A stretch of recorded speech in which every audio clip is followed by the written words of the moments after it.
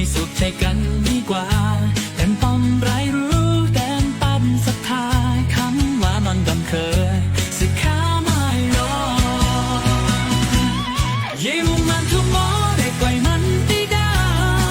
อย่าเอามาจองมาคล้องในใจมีรู้ชีวิตเลยห่างข้างใจยิ่งรักเป็นไหมเข้าใจเบื่อหน่ายมีมากมีน้อยก็เคยแบ่งปันเฉยถึงไปไม่ต้องร้าวรานดูมันสะสมสุขนั้นยาวนานคิดดีทำดีลูกนี้งดงามพร้อมกับพำมันหรือปันสุขไม่ทุกข์จากไปมีเลิกต่อให้ต้องสดใสทุกมันยืมคงไว้หัวใจก็บางบงบางทางคนสุดล้นหัวใจ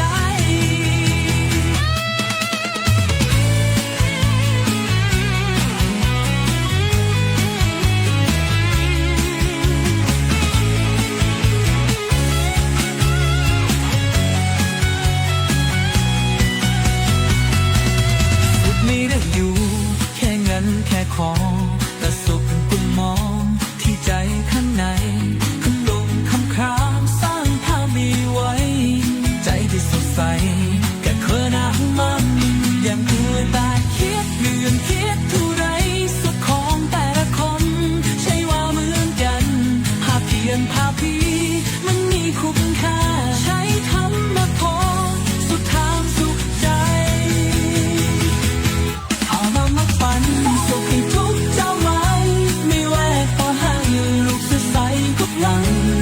ยิ้มคงไว้หัวใจบาบางยังต้องคำสุขรูปรัวใจ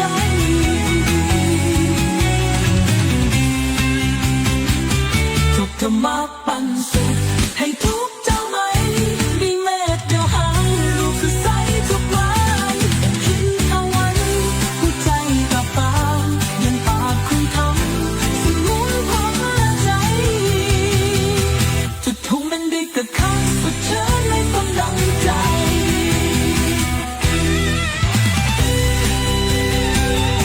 ได้มีน้ำใจไว้เพียงฟังไหม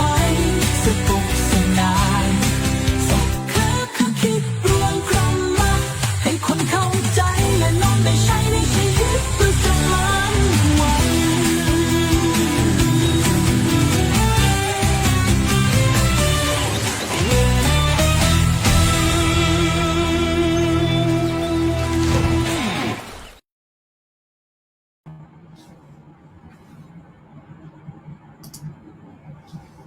นมัตถุรัตนตยัสสะขอนอบน้อมแด่พระรัตนตรัยอันเป็นที่พึ่งที่ระลึก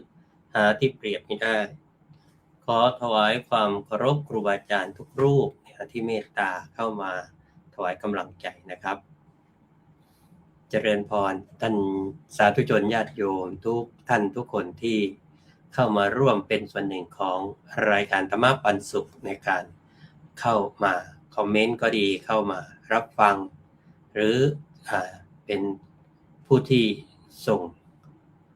กำลังใจเข้ามาก็ขออนุโมทนาทุกท่านในวันนี้ก็กลับมาพบกันเมื่อวานนี้ขออภัยด้วยสืบเนื่องจากว่าได้รับนิมนต์ไปแสดงธรรมในงานบำเพ็ญกุศลศพต่างอำเภอก็เลยการเดินทางไปกลับก็ใช้เวลานิดหน่อยกลับมาก็ไม่ทันเวลาที่จะจัดรายการก็ต้องขออภัยวันนี้ก็เหมือนกันที่จริงก็ไปงานศพเหมือนกันแต่เป็นงานศพภายในวัดก็เลยไม่ติดขัดเท่าไหร่นะเริ่มพิธี1 ทุ่มนะเสร็จพิธีก็ได้กลับเข้ามาดำเนินรายการได้ต่อในวันนี้วันเสาร์ที่25กรกฎาคมพุทธศักราช2569ญาติโยมสาธุชนทุกท่านก็ขออนุญาตทักทายท่านพระอาจารย์พระมหาภูมิธรรมภูมิปาโลท่านพระอาจารย์มาพิภูด้วยความเคารพครับผมเข้ามาก่อนใครเพื่อนเลยวันนี้นะถวายความเคารพนะแล้วก็คุณโยมคาร์เมลเลอร์นะสาธุอนุโมทนาคุณโยมสัมปีเหลาเมืองกลางเจริญพรสาธุนะคุณโยมเตียง วงวานจันทร์สาธุโยมสายพินช่วยเมืองเจริญพรนะโยมกรพัฒน์มานกกับโยมผู้ช่วยก้อยสาธุอนุโมทนาก็ทุกคนทุกท่านที่เข้ามาแล้ววันนี้ก็คงจะได้นำเสนอในคืนวันเสาร์ก็เป็นเรื่องของเล่าเรื่องราวชาดกพระเจ้า500ชาติให้ญาติโยมได้ฟังกันเพื่อที่จะได้เป็นข้อคิด3เรื่องนะโยมนะอันนี้นำเสนอ3เรื่องควบให้โยมได้ฟังเรื่องราวของอดีตชาติที่พระผู้มีพระภาคเจ้าได้ทรงบำเพ็ญบารมีกว่าจะได้เป็นพระพุทธเจ้าจริงๆแล้วก็มากกว่า500ชาตินะแต่ว่าก็เป็นเรื่องของ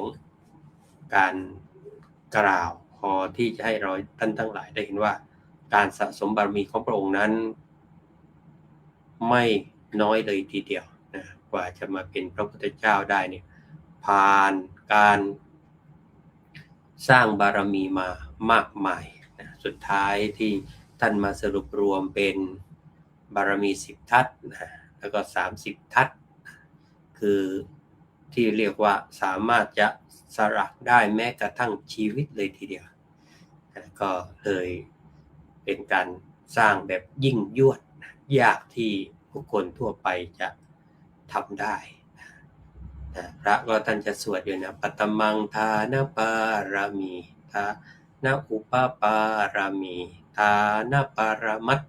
ถปารามีนะก็เรียกว่าสูงขึ้นไปนะจนชั้นที่เรียกว่าสุดเลยนะเอาละโยมวันนี้เรื่องแรกเลยก็จะได้นำเสนอในเรื่องอุรคชาดกนะอุรคชาดกนี่ซึ่งก็ว่าด้วยเรื่องนะเปรียบคนตายเหมือนกับงูลอกคราบนะเปรียบคนตายเหมือนกับงูลอกคราบเป็นยังไงเดี๋ยวก็มาฟังกันโยมนะเป็นไงบ้างฉากลายตาไหมโยมนะขออนุญาตเปลี่ยนฉากเล็กน้อยเพราะว่าเกรงใจโยมว่าตาจะมันจะสับสนก็เอาเป็นภาพพื้นธรรมดานะโยมได้ไหมประมาณนี้ดีกว่าสีดำจะได้ดูชัดๆถ้าเคลื่อนไหวก็เป็นไงบ้างไม่รู้ให้มีเคลื่อนไหวบ้างนิดหน่อยนะก็มีลูกเล่นเยอะอยู่โยมนะแต่ก็มีแต่ไม่ค่อยได้ใช้นะให้พอหรือว่าจะลงน้ำก็ได้อยู่นะ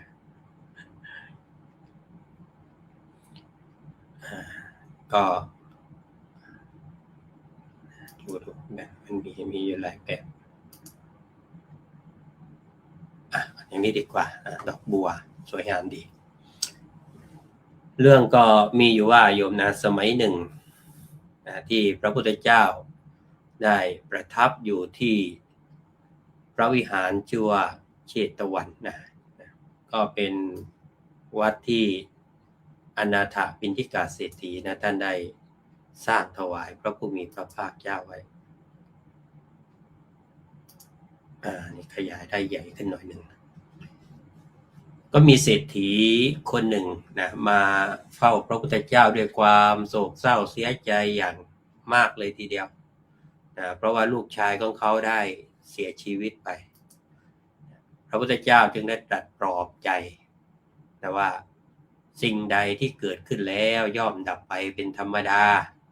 ไม่มีสิ่งใดที่เที่ยงแท้ถาวรสัตว์ทั้งหลายเกิดมาแล้วก็ย่อมจะมีอันตายไปเป็นธรรมดา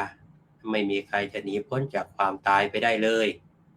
พระองค์ก็เลยได้ตรัสเรื่องราวในอดีตเพื่อเป็นตัวอย่างให้ฟังซึ่งก็ได้กล่าวได้ตรัสเอาไว้ว่าในครั้งอดีตก็มีพราหมณ์คนหนึ่งอยู่อาศัยใกล้เมืองพาราณสีก็ใช้ชีวิตด้วยการทำไร่ไถนาเกษตรกรรมเนี่ยเขาก็มีลูกชายและลูกสาวเมื่อลูกชายโตขึ้นก็แต่งงานก็ทำให้ในครอบครัวเองก็มีรวมกันทั้งหมด6คนคือพ่อแม่ลูกชายลูกสาวแล้วก็ลูกสะใภ้ แล้วก็ยังมีทาสีคนหนึ่งทั้งหมดก็อยู่ร่วมกันอย่างรักใคร่กลมเกลียวพ่อพราหมณ์เนี่ยก็มักจะสอนลูกอยู่เสมอว่าจงทำบุญรักษาศีลทำความดีแล้วก็ระลึกถึงความตายอยู่เสมอเรียกว่าเป็นมรณานุสติเพราะไม่มีใครรู้ว่าวันใดจะถึงคราวตายนะทุกสิ่งในโลกนี้ล้วนแล้วแต่มีความไม่เที่ยงทีนี้อยู่มาวันหนึ่งก็พ่อกับลูกชายได้ออกไปไถนาลูกชายนี่ไปเผาหญ้าใกล้กับจอมปลวกโดยไม่รู้ว่ามันมีงูพิษอยู่ข้างในฟันไฟก็ไปรบกวนงูจนมันโกรธแล้วก็เลื้อยออกมากัดลูกชายตายทันทีพอเห็นลูกชายนอนแน่นิ่งอยู่จึงเดินเข้าไปดูเมื่อรู้ว่าลูก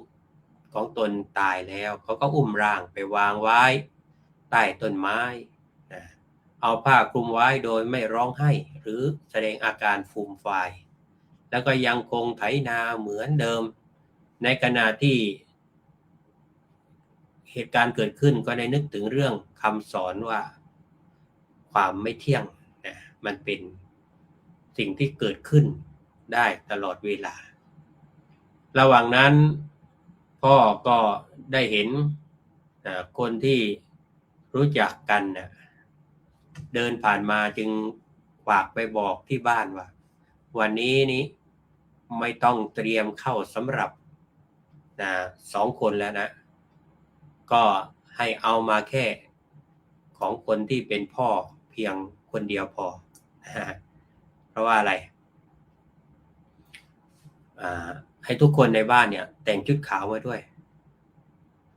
ก็ได้ถือดอกไม้แล้วก็ของหอมมาพร้อมกันที่ทุ่งนา ที่บ้านได้ยินก็เข้าใจทันทีว่าลูกชายได้เสียชีวิตแล้วแต่ก็ไม่มีใครในบ้านร้องไห้แม้แต่คนเดียวหรือมีใครตีโพยตีพายอีกเพราะทุกคนต่างก็ได้ฝึกในมรณานุสติกันไว้เป็นอย่างดีทุกคนก็ไปที่นาพร้อมกับของหอมและก็ดอกไม้เมื่อได้รับประทานอาหารเสร็จพวกเขาก็ช่วยกันเก็บฟืนแล้วก็ได้ทำการประกอบพิธีเผาศพเรียกว่าไม่มีแม้แต่น้ำตา1 หยดจากใครเลยการที่ครอบครัวนี้ได้รับมือกับความตายอย่างสงบทำให้สวรรค์สั่นสะเทือนเลยทีเดียวท้าวสักกะจึงได้เสด็จลงมาถามว่าเหตุใดพวกเขาจึงไม่เสียใจเลยทั้งที่ลูกชายเสียชีวิตไปพ่อของชายหนุ่มก็ตอบว่าร่างกายก็เหมือนกับคราบเก่าของงูนั่นแหละเมื่อลูกของเขาสิ้นชีวิตไปแล้ว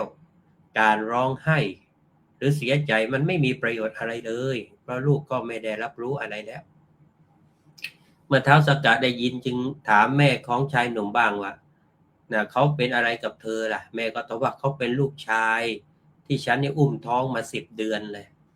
เลี้ยงดูมาเต็มที่ท้าวสักกะก็ถามต่อว่าเพราะเหตุอะไรจึงไม่ร้องไห้คนที่เป็นแม่ก็ตอบว่าลูกไม่ได้มาเพราะเราขอร้องให้มาแล้วก็ไม่ได้จากไปเพราะเราสั่งให้ไปเขามาเองแล้วก็จากไปเองการร้องไห้ก็ไม่ได้ทำให้เกิดประโยชน์อะไรจากนั้นท้าวสักกะก็ถามน้องสาวของผู้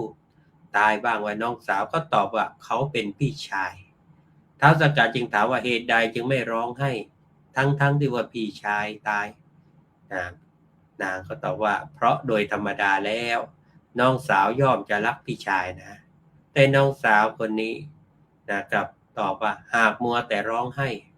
ตัวเองก็จะเศร้าและก็พ่ายผอมลงญาติมิตรที่เห็นก็จะยิ่งเศร้าไปด้วยพี่ชายตายแล้วก็ไม่รับรู้อะไรอีกจะร้องไห้ไปเพื่ออะไร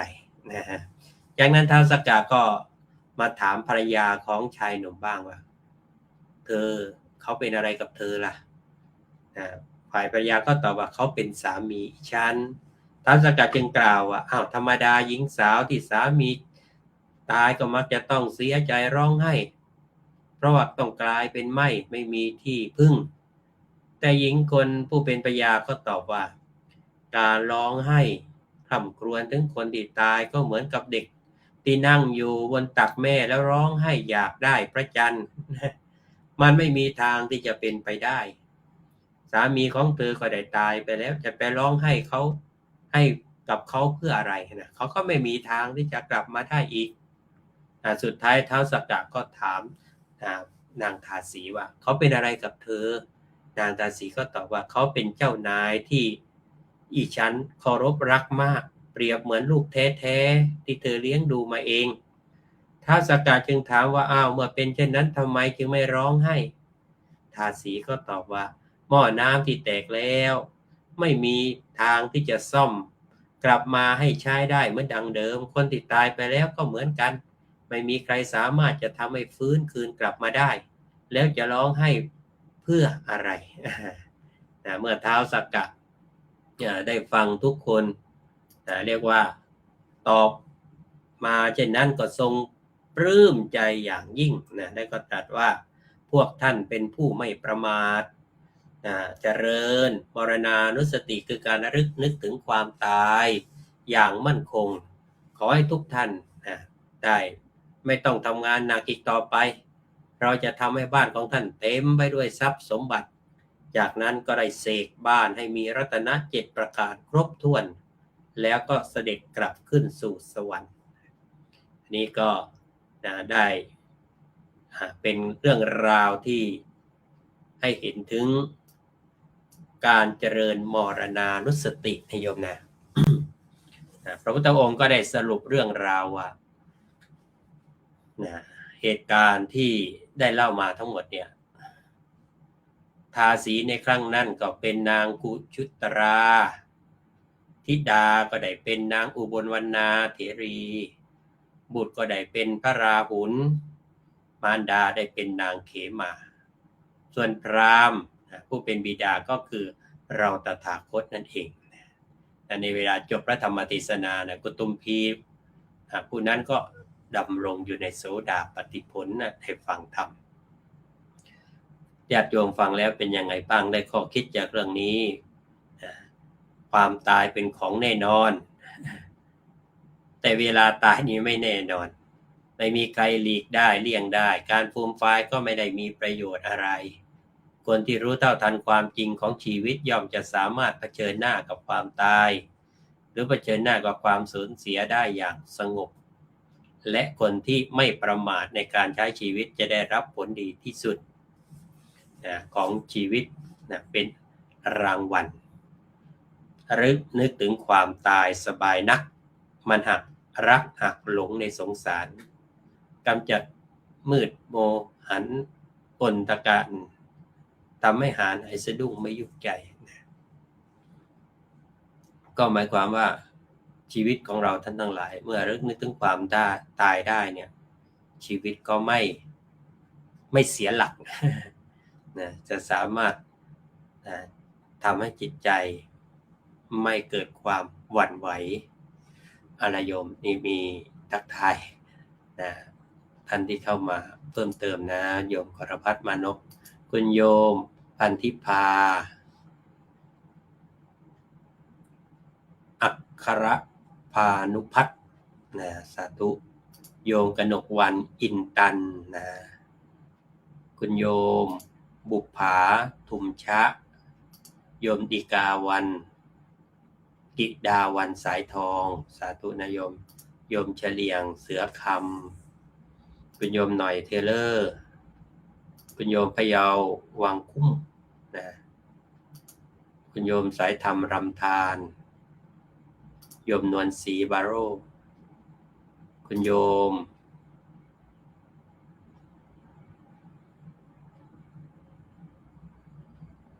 อุ่นใจเจริญพรนะโยมพี่หีดชัยยศกกทรัพย์สาธุอนุโมทนาทุกท่านนะโยมพะเยาโยมคำเลยนะก็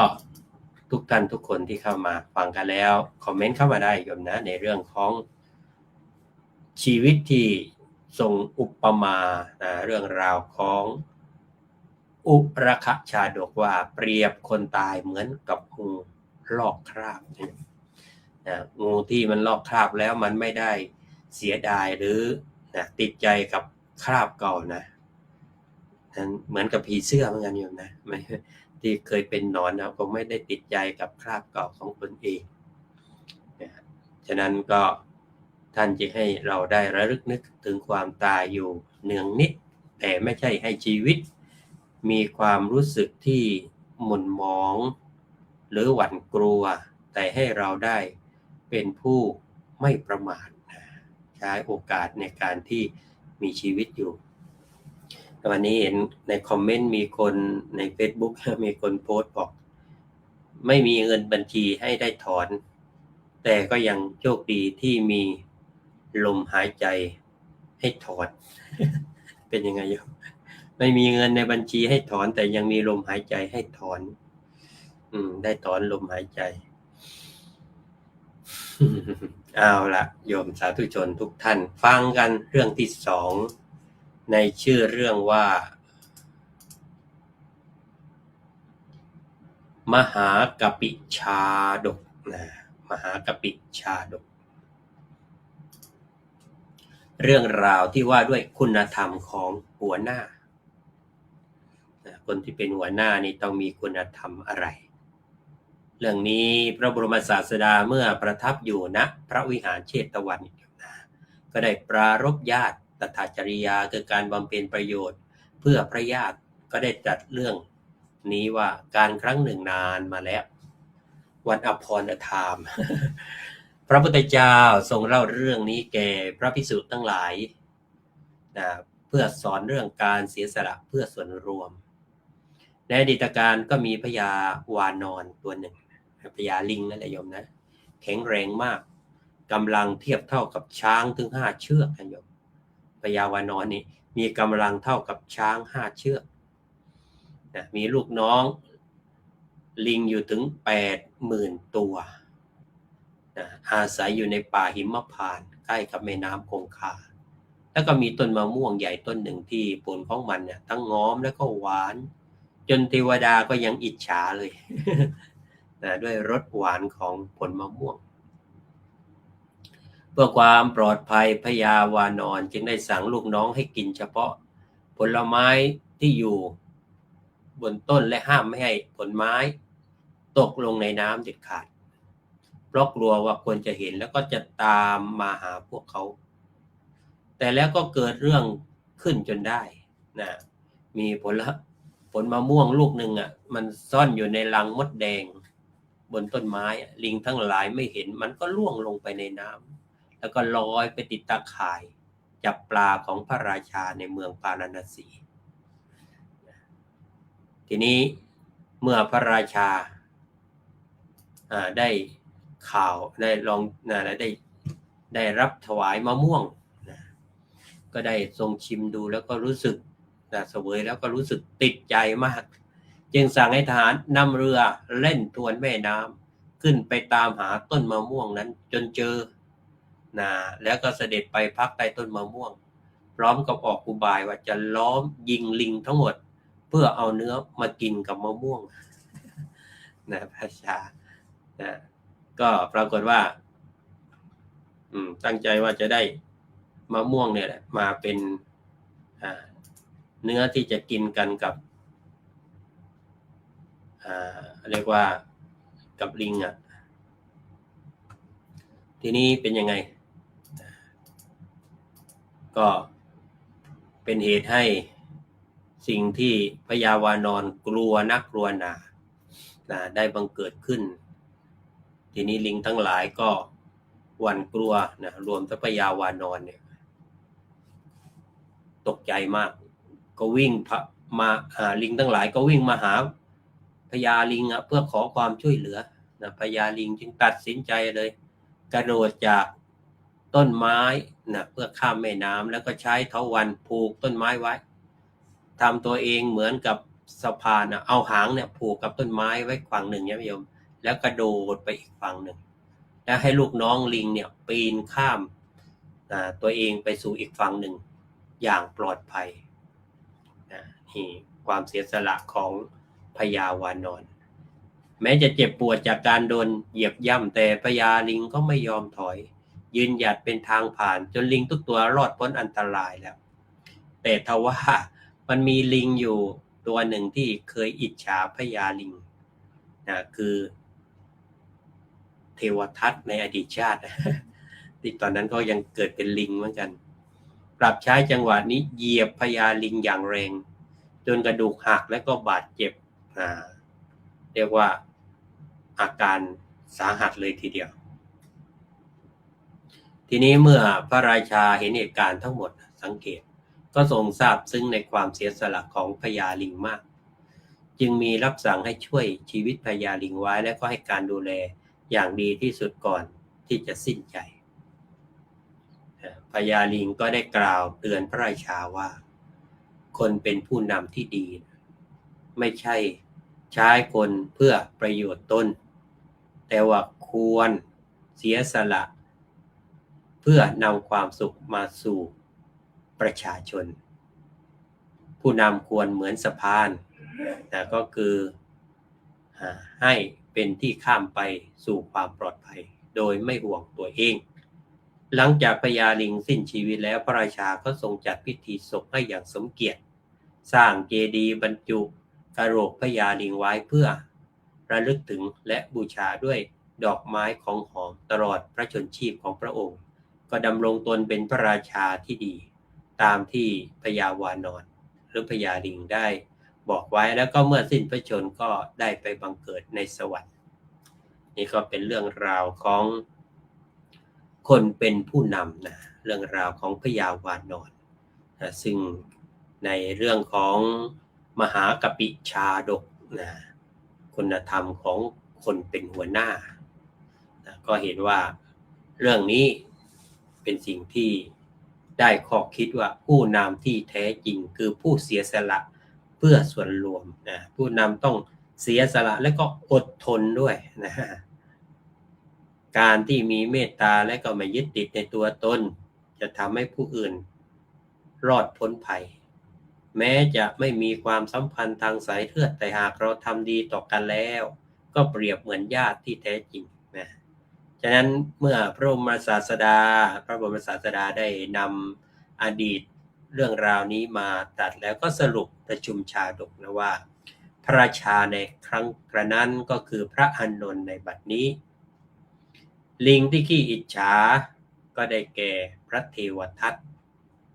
บริษัททั้งหลายก็คือบรรดาฝูงลิงผู้เป็นบริวารก็คือพุทธบริษัทที่เกิดมาในชาตินี้ส่วนพญาลิงก็ได้แก่เราตถาคตคือพระพุทธองค์นั่นเองอันนี้ก็เป็น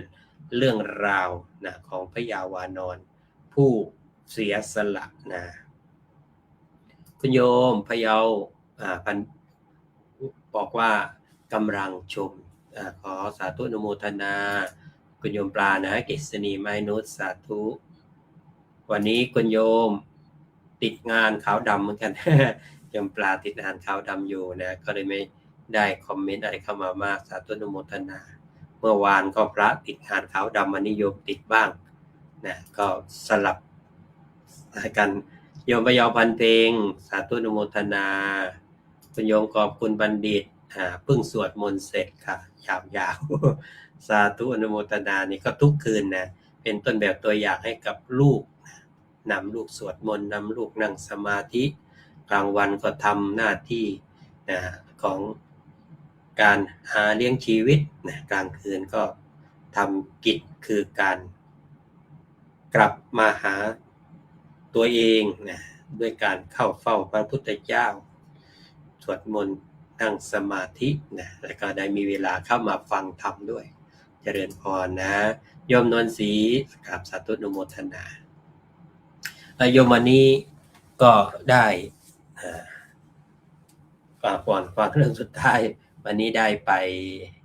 ร่วมอบรมนะหลักสูตรการพัฒนาการทำสื่อ AI นะเขาเรียกว่าอะไรนะโปรแกรม Canva จริงๆก็เป็นอยู่ก็แบบงูปลาวันนี้ก็เลยลองไปทดสอบทำดูนะก็ปรากฏว่า ได้มาคลิปหนึ่งก็ส่งให้โยมดูกันใน Facebook แล้วนะเนื่องจากว่าไม่ไปก็ไม่ได้ไปตั้งแต่ตอนเริ่มแล้วก็กลับก็ต้องกลับก่อนเพราะมีเหตุจำเป็นต้องรีบกลับก็เลยลองมาทำต่อที่วัดก็เลยได้มาคลิปหนึ่งเนี่ยให้โยมลองชมดูนะแล้วก็คอมเมนต์เข้ามาได้ต่อไปอาจจะได้มีโอกาสทำคลิปแบบสั้นๆนะแล้วก็ให้โยมได้ชมกันนะอาจจะไม่บ่อยก่อนโยมค่อยๆทำไปก่อนโยมลองดูนะพระพุทธเจ้า 1. ทำความดี 2. ละเว้นความชั่ว 3. ทำจิตใจให้ผ่องใสนี่เป็นคำสอนของพระพุทธเจ้าเจริญพร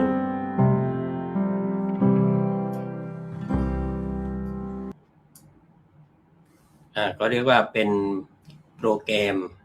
แคนวาโยมนะฮะคือการที่ทำภาพนิ่งให้มันเคลื่อนไหวได้นะก็เรียกว่า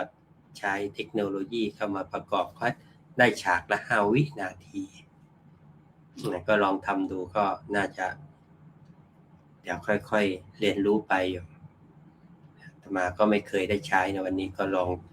ได้รับคำแนะนำก็ต้องขออนุโมทนาขอบคุณทางท่านผู้บริหารท่านผู้อำนวยการแล้วก็คณะวิทยากรที่ได้ร่วมอบรมก็มีพระรูปเดียวแหละโยมที่เข้าไปอบรมนอกนั้นก็เป็นคณะคุณครูจากโรงเรียนต่างๆแต่มาในฐานะกรรมการสถานศึกษาก็ใช้สิทธิ์นิดหน่อยขอเข้าไปร่วมด้วยเอาละคุณโยมคำเลอร์บอกโยมขออภัยวันนี้ไม่ได้สนทนาทำกับข้าวไปด้วยฟังไปด้วยเจ้าค่ะเป็นไรโยมกัญญาภักบุญสวัสดิ์นมัสการสาธุเจริญพรโยมคำเลอร์บอกดีมากเจ้าค่ะได้1 คำชมแล้ว เดี๋ยวก็จะได้ลองทำไปเรื่อยๆโยมนะอาจจะเป็นภาพตัวเองบ้างเป็นภาพการ์ตูนสร้างขึ้นมาบ้างเขาก็มีเทคนิคเนี่ยการสร้างภาพแล้วก็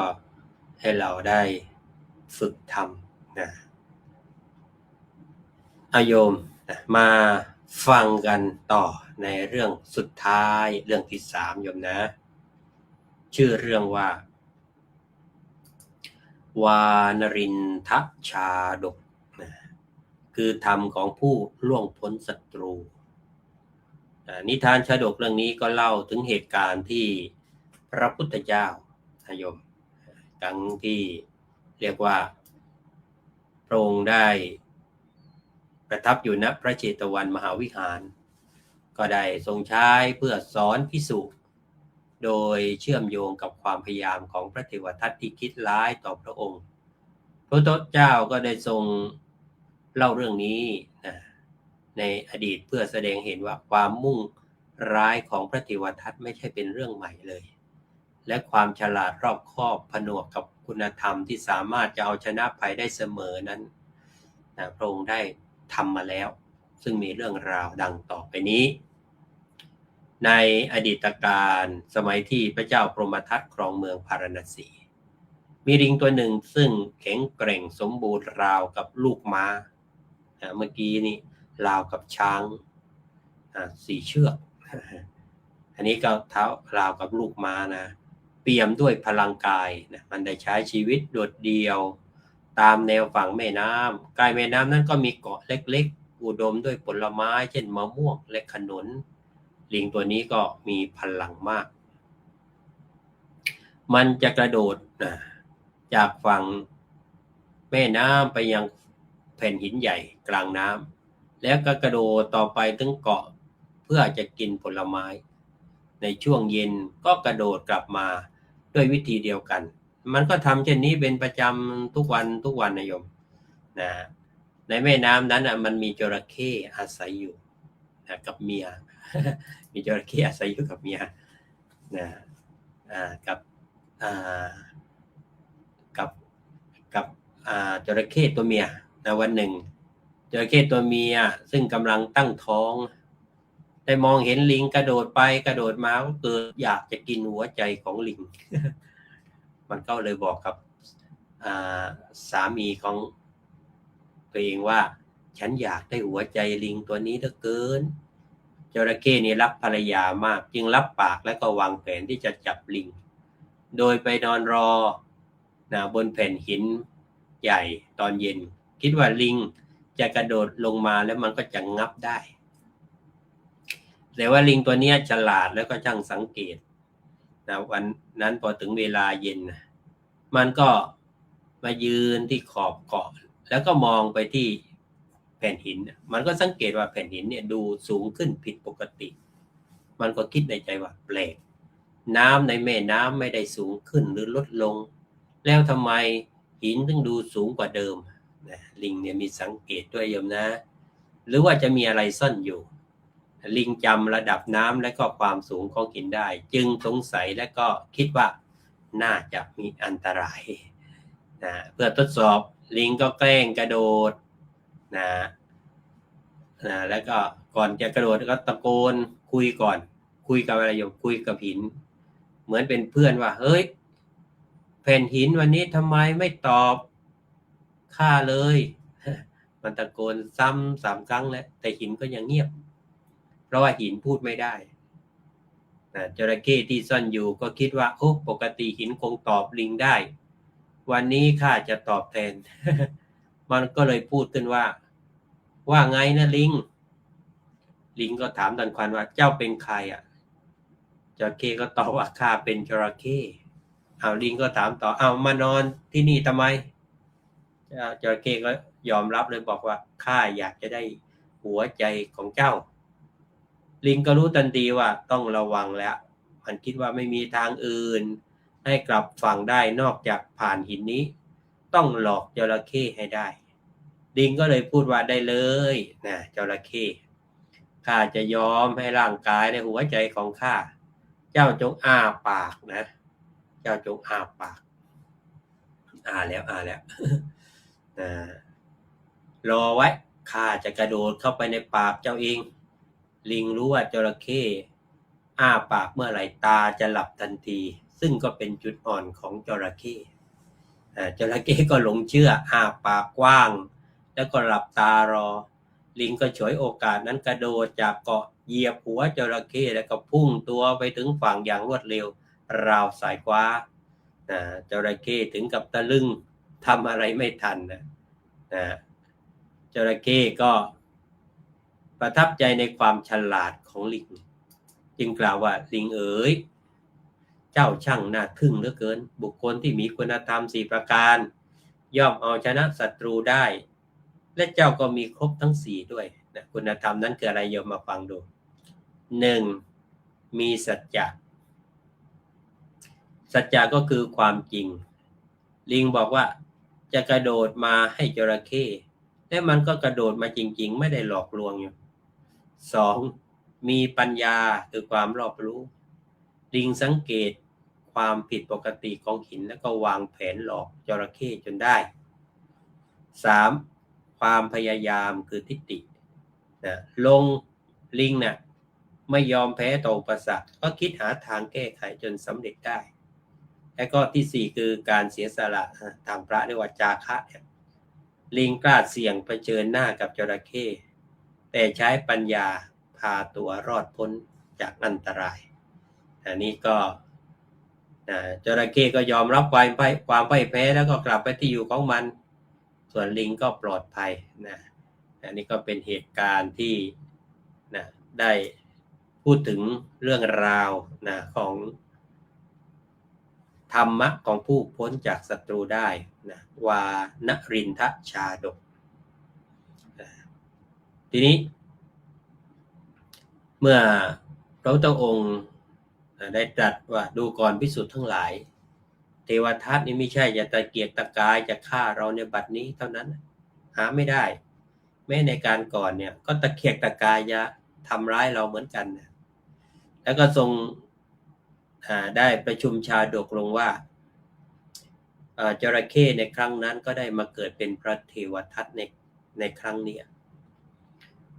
ส่วนเมียของจระเข้ก็ได้เกิดมาเป็นนางจินจมานาวิกาโยมรู้จักไหมที่มาตู่ว่าพุทธเจ้าว่าตัวเองท้องที่ไม้โดนเทวดากัดจนไปอินแปลงเป็นหนูกัดจนกระทั่งหักลงแล้วก็ต้องทำให้ท้องยุบ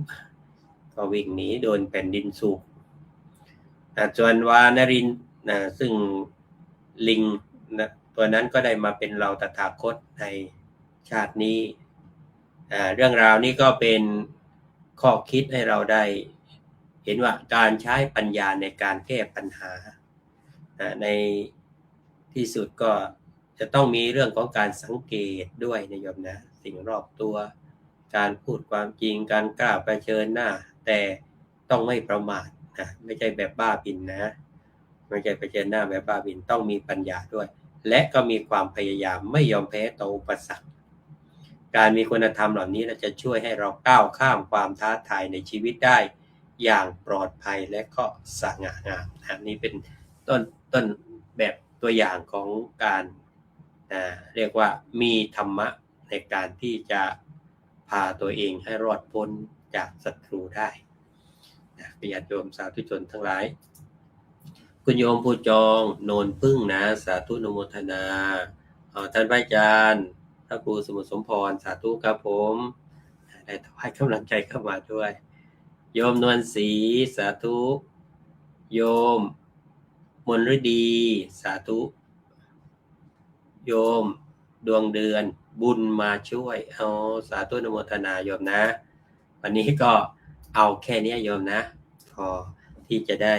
เป็นข้อคิดสำหรับญาติโยมที่เข้ามารับชมรับฟังนะครับไม่ใช้เวลานานโยมเนี่ยตอนนี้ก็ใช้เวลาไป40กว่านาทีก็ให้โยมได้เป็นข้อคิดในเรื่องของเรื่องเล่าพระเจ้า500ชาตินะวันนี้3เรื่องก็คงจะพอสมควรแก่เวลาสำหรับวันนี้ก็ต้องขออนุโมทนาทุกท่านที่ได้ตั้งจิตตั้งใจร่วมกันรับชมรับฟังแล้วก็มีการคอมเมนต์เสนอความคิดเห็นเข้ามาด้วยแล้วก็ในส่วนของครูบาอาจารย์ที่เมตตามาถวายกำลังใจด้วยก็ขออนุภาพแห่งคุณพระศรีรัตนตรัยได้โปรดอภิบาลประทานพรให้ทุกท่านได้มีความเจริญด้วยพรทั้ง4ประการอายุขอมีอายุยิ่งยืนนานร้อยการฝนวรรณะล้นเลอเลิศประเสริฐศรีประสบสุขทุกทิพาและราตรีภาละมีจงทั่วกันทุกท่านเทอญก็ขอเจริญพรโยมนะ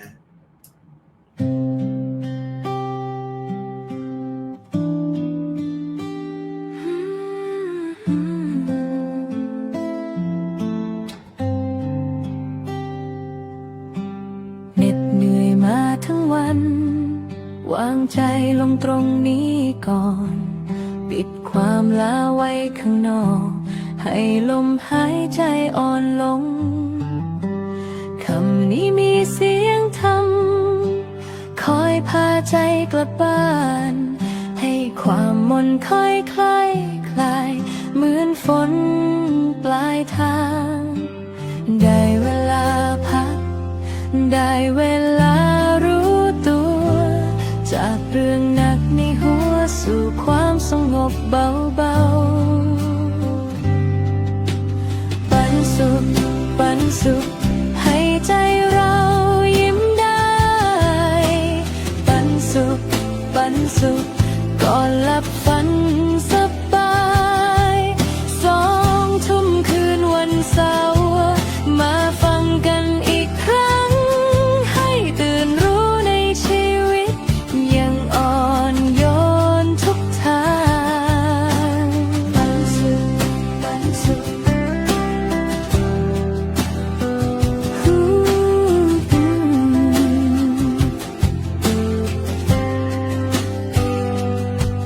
ฟังคำสอนที่นุ่มนวลเหมือนน้ำเย็นรินลงใจและความทุกข์ทีละนิดให้ความคิดได้พักไว้มีพระครูสุนทรนิเทศ คอยนำทางด้วยเมตตา ให้ญาติโยมทุกดวงใจเบิกบานก่อนนิทรา ได้เวลาพัก ได้เวลารู้ตัว ปล่อยความล้าไปกับคืน รับแสงทมเข้ามา ปันสุข ปันสุข ให้ใจเรายิ้มได้ ปันสุข ปันสุข ก่อนหลับฝัน